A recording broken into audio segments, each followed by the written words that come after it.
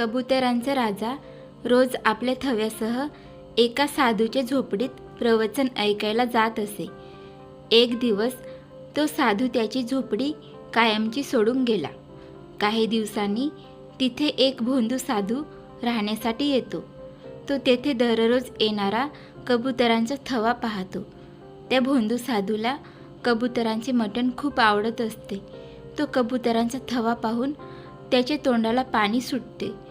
तो त्या कबुतरांना मारून त्यांचे मटण खाण्याचे ठरवतो.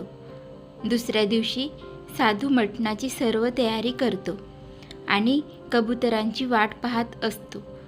सवयीने काही कबुतरे तिथे यायला लागतात. कबुतरांच्या राजाला मसाल्याचा वास येतो. तो सर्व कबुतरांना सावध करून झोपडीपासून दूर राहायला सांगतो.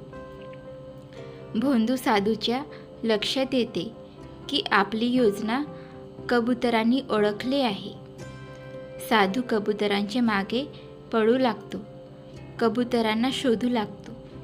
साधू कबुतरांच्या राजाला काठी फेकून मारतो, पण राजा काठी चुकवतो.